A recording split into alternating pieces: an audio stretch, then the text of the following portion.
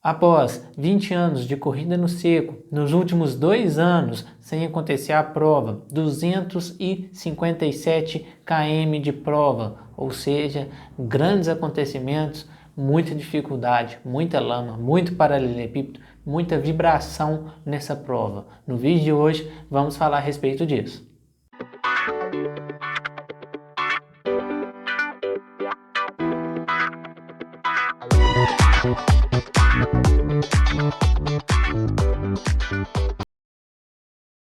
O evento da tão sonhada e da tão almejada Paris-Roubaix veio a acontecer na chuva. Isso mesmo, pessoal, na chuva. Muito frio, muita água, muita lama, muita dificuldade para os atletas estar pedalando, estar em movimento.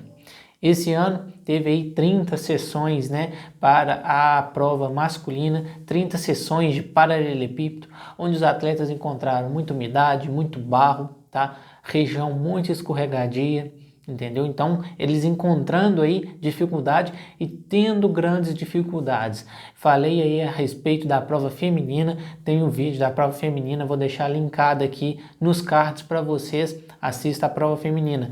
Prova masculina, rodaram em torno de 257 km de prova. Em média, 30 km de trechos rodados dentro da região de paralelepípedo. Esses paralelepípedos geralmente eles são escorregadios, eles têm muita umidade e nas laterais, principalmente nas laterais, acumula-se muita água, muita lama, certo? Pelotão muito grande, muita gente pedalando, muita gente disputando o espaço. Isso deixa a prova mais acirrada, isso deixa a prova mais disputada, vamos dizer assim, e ao mesmo tempo difícil, ao mesmo tempo perigosa. O porquê? Talvez aí aquela disputa por espaço, aquela disputa em região molhada, em região enlameada, pode acarretar aí quedas, pode acarretar aí perca de funcionamento de freio que aconteceu nessa prova. Teve atleta na prova Paris-Roubaix tendo que frear a bike, tendo que colocar o pé na roda traseira. Então, assim, foi levado ao extremo. O nível que esses atletas chegam para essa prova, para competir e para estar na disputa, tem que ser excelente. Os caras têm que ser, e eles chegam lá de uma forma excelente, mas mesmo assim eles chegam de uma maneira, mas saem de uma outra maneira dessa prova, porque realmente a prova é bem difícil. Ela traz aí grandes trechos em paralelepípedo, ela traz grandes dificuldades e esses atletas vêm passando por esses trechos assim em velocidades altíssimas, praticamente. O que eu vejo, o que eu observo, que o pessoal fala muito é que não dá para ter uma certa dimensão do quão rápido eles passam nesses trechos. E é justamente isso. Eu já acompanhei prova de elite profissional, não necessariamente de ciclismo de estrada, mas assim, na câmera não dá para a gente ver e ter uma noção do quão rápido esses atletas passam, do quão difícil é eles se manterem.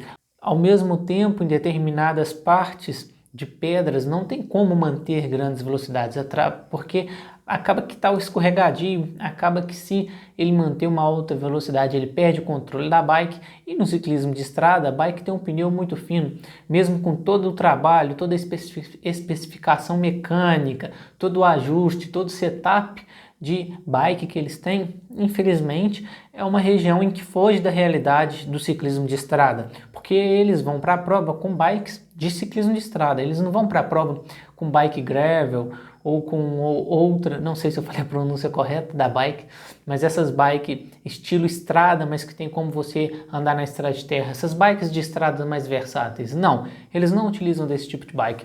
Pneu liso praticamente, não utiliza daqueles super, hiper pneu aí que te possibilita andar na estrada de terra. Também não.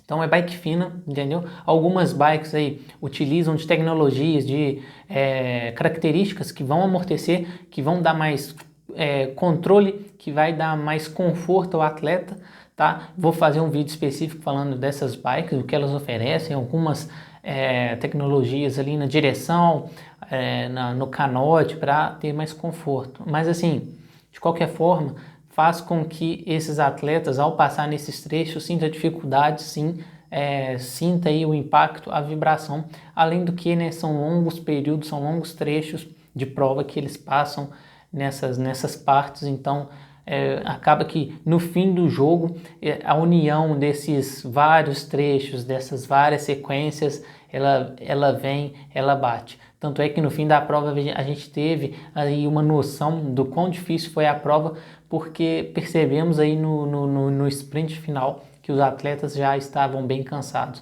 O semblante, a imagem deles pós-prova, dava para perceber que realmente foi bem difícil, foi bem desgastante competir a Paris-Roubaix 2021. A Paris-Roubaix é uma prova muito grande, muito extensa. São 257 km. Os primeiros colocados fecharam a prova mais precisamente acima de 6 horas. Fecharam a prova em 6 horas e 1 minuto e alguns segundos. Ou seja, um grande período de tempo, entendeu? Então, acaba que fica difícil eu entregar um resumo em que eu vá conseguir falar todos os detalhes, tudo que aconteceu durante a prova. E nem tem como, mesmo se eu assistisse toda a transmissão da prova, não teria como eu descrever tudo que acontece. São provas complexas. O que a gente pode citar de dificuldade? Muita chuva, muita lama, tá? Trechos pequenos, não tem como andar com aqueles pelotões largos, não tem como você ter grandes movimentações. A partir do momento que dá a largada, o pelotão estica muito, a movimentação de equipe fica difícil, a movimentação dos próprios colaboradores das equipes, né, que são os gregários das equipes, fica difícil também, porque é uma região úmida, uma região que está molhada, é uma região que não tem como os atletas ali trabalhar de uma forma mais eficiente com a equipe. Mesmo que eles são treinados, a expectativa seja que eles trabalhem de uma forma correta com as equipes, o contexto ali impossibilita que isso aconteça de forma totalmente eficiente, igual acontece nessas outras provas. O que pode e o que acontece muito é algumas movimentações de atletas específicos, de uma ou duas equipes ali, para tentar fazer alguma movimentação, para tentar colocar algum plano em execução. Pode ser que aconteça sim, mas é uma prova que deixa essas movimentações bem mais difíceis. Com 165 km de prova, os atletas já pegam o primeiro trecho de paralelepípedo e aí fica aquela indagação, será se os atletas trocam ou não de bike? Na minha concepção, na Paris-Roubaix fica um pouco mais difícil eles trocar de bike, justamente por essa logística. Porque para o atleta trocar de bike, ele teria que ir lá para o fundo do pelotão, fazer a troca de bike, demora alguns segundos ali para ele trocar a bike, voltar, fazer uma força grandiosa, entendeu? Então já fica um pouco difícil, ainda mais na hora que os atletas começam a entrar ali nos trechos de paralelepípedo. Porque nesses trechos ali fica mais difícil o carro passar, tem toda uma regra se o carro pode ou não ultrapassar, por exemplo, um pelotão perseguidor. Exemplificando para você, tem um pelotão dianteiro, tem um pelotão na ponta e está puxando, e ele abriu muito do pelotão perseguidor. Se os atletas desse pelotão perseguidor não conseguirem encostar e deixar esse gap abrir, esse espaço abrir muito, o carro de apoio ele pode entrar entre esse primeiro e esse segundo grupo. Então, ele pode até entrar, mas depende de algumas características, depende da autorização da prova ali no momento. Mas enfim, fica mais difícil essa movimentação, fica mais difícil essa troca de bike. Nesse vídeo eu vou mais direto ao ponto com relação aos resultados, não vou ficar falando especificamente muito a respeito da prova, só algumas informações mais básicas. Com 165 km, como eu já disse, já entram na região de paralelepípedo e ali começam as principais movimentações, as quedas, os atletas caem muito, porque é muita trepidação, muita força, um atleta andando muito junto um do outro, muita água, atrapalha a visão. Teve atleta que teve aí alguns problemas de visão por conta da água, por conta daquela lama. Então já começa algumas movimentações, já começa aí atleta cair, já começa a ter algumas esbarradas dentro do pelotão, principalmente em entrada e saída de curva, teve muito atleta caindo, porque querendo ou não está molhado e os atletas andam muito rápido e freiam muito em cima, e no ciclismo de estrada a tendência é eles andarem agrupados. Uma vez que eles andam muito agrupados, a probabilidade de ter uma queda, de ter envolvimento é bem maior. Andam muito juntos também, muito encosto, então é inevitável que não haja queda. Assistir a Paris-Roubaix 257 km, região úmida, muita chuva, frio, é quase que impossível a gente não esperar queda, é quase que impossível a gente não esperar atletas no chão. Observamos aí as primeiras movimentações com o Van Aert, o Van der Poel esteve na prova, o Sobrelli também andando muito forte, então fazendo movimentações aí junto com o Van Aert, junto com o Van der Poel, eles aí sempre disputando algumas posições, sempre revezando a questão aí de quem anda na frente, de quem fica de roda. Últimos 90 km de prova. A entrada naquela tão famosa, né, Floresta de Arenberg, talvez aí os últimos 90 quilômetros que seriam os mais difíceis da prova. Essa floresta, uma floresta famosa na Paris-Roubaix e que demonstra a maior dificuldade da prova, talvez aí seria dentro dessa floresta. E os atletas já adentram essa floresta, já pegam os trechos de paralelepípedo ali, andando bem forte, com aquelas movimentações aí bem características das provas. Alguns pelotões descolados, pelotão não agrupado. Essa prova não foi uma prova que teve grande número de pelotão agrupado, principalmente na região de paralelepípedo. Esse trecho, até chegar nos 200 km, não teve grandes movimentações, grandes aí características. Teve alguns tombos, teve muita coisa que nós, espectadores que está daqui, não consegue ver, não consegue assistir. Imagino que muita gente teve problema com freio, teve problema com câmbio, com passagem de marcha, enfim. Na transmissão, nós não conseguimos identificar o quão difícil é estar lá e estar competindo. Essas imagens que eu estou passando para vocês, vocês conseguem identificar aí Mathieu Van der Poel, outros atletas acompanhando ele, como Colbrelli, Lecroc e outros aí que estão andando junto com o Mathieu Van der Poel, e eu observei que Mathieu Van der Poel nessa prova, tá, não fez aqueles ataques, aquelas movimentações características dele. Não estou trazendo atenção só para esse atleta, mas observei isso, que ele não esteve tão ativo na prova quanto em outras provas que a gente é acostumado a ver. Mathieu Van der Poel aí ficou um tempo parado depois da queda que ele teve nas Olimpíadas do Rio 2016, e aí esteve voltando à atividade nas provas, principalmente de ciclismo de estrada, agora na Paris-Roubaix. Teve outros atletas também, junto com ele, os atletas da equipe Ineos, os atletas da Lotto Soudal também, andando bem forte. Observei ali movimentações da equipe Movistar, da Education Fuster também, os atletas esteve ali presente, tá? O próprio Mathieu Van der Poel da Alpine Phoenix, então grandes nomes na disputa, tá? Os atletas da Ineos, teve um atleta da Ineos aí que fez uma grande movimentação e que andou muito forte durante essa prova, que é o Moscon, né? O tão famoso da Ineos. Teve aí também outros atletas como o Van Abrocek. Faltando alguns km para o fim da prova, o atleta da Ineos teve o pneu furado, ele fez a troca da bike, continuou a pedalada. O grupo perseguidor que estava na perseguição, aí basicamente nos últimos 50 km, que era o grupo do Mathieu Van der Poel, com outros atletas que são eles, o Colbrelli, o Lecroc, eles não conseguiram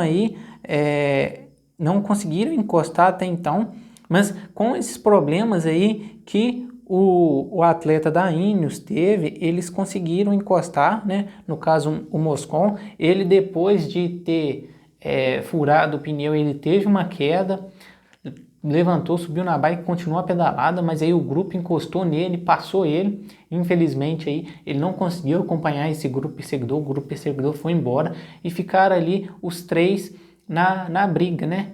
Que foram os atletas Sonny Colbrelli, Van Aert e o Van der Poel.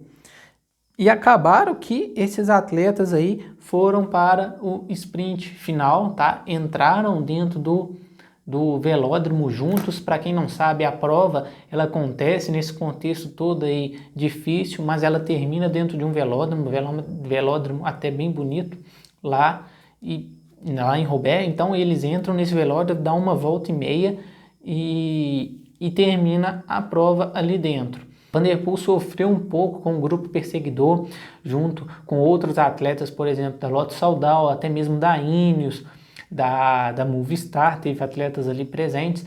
Ele sofreu um pouco com esses atletas nesse pelotão perseguidor, quando eles estavam perseguindo o atleta da Ineos, que estava na ponta, que estava bem aberto, tinha um gap bem grande. Ele sofreu um pouco porque ele ficava revezando o vácuo com esses atletas, mas em determinados pontos os atletas puxavam, mas talvez não puxavam na mesma velocidade que ele gostaria de ter ali naquele pelotão, então ele ia para a ponta. Acaba que ele mesmo teve que fazer uma movimentação mais extrema, puxar esses 3 atletas aí para chegar no final disputarem. Teve os atletas também da Bahrein Victoria, os atletas patrocinados pela Merida, que andaram muito bem também. E por sinal, né, o campeão foi um atleta da própria Merida, da Bahrein Victoria, que por sinal também é um campeão, europeu. Ele foi consagrado campeão europeu, então aí vencendo agora a prova da Paris-Roubaix. Ele venceu algumas provas também na Suíça e outras provas ali clássicas do ciclismo de estrada mundial, firmando ser um grande atleta, um atleta bem profissional e um atleta agora que tem uma bela valorização, né? Tanto em questão de valorização como atleta, como em questão aí de financeira.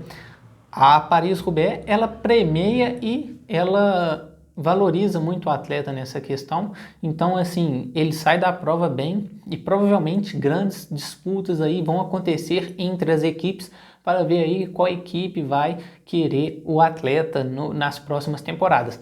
Teve outro atleta também que seria aí uma novidade nessa prova, né? Esperei a participação dele mais ativa, que foi o Peter Sagan da Bora. Não participou firmemente, ele teve uma queda, se envolveu em uma queda devido a alguns relatos dele ali. Ele completou a prova, mas não completou no nível em que ele gostaria. Ele encerra a temporada dele na Bora. Ano que vem também provavelmente aí deve ter alguma equipe aí disputando a vaga, disputando, né, a oportunidade de estar com o Peter Sagan nas equipes. Então vamos ver o que vai acontecer para esse ano que vem. No mais foi isso. Sonny Colbrelli aí, o grande vencedor da prova. Estou passando o top 10 da prova para que vocês tenham uma noção de quais são os atletas. Caso alguma pronúncia saiu errada aí do nome desses atletas, infelizmente são nomes difíceis, são nomes e sobrenomes locais, então de diversos países. Acaba que é difícil aí acertar a pronúncia correta desses nomes, mas basicamente são esses atletas que eu passei para vocês aí. Esse foi o vídeo, esse foi o resumo, uma coisa mais rápida, mais superficial, por se tratar de ter uma prova tão grande, tão extensa, tá? Não é nenhuma prova de XCC que em 20 minutos eu consiga assistir e trazer mais detalhes. No mais foi isso, espero que tenham gostado, forte abraço, valeu, até a próxima.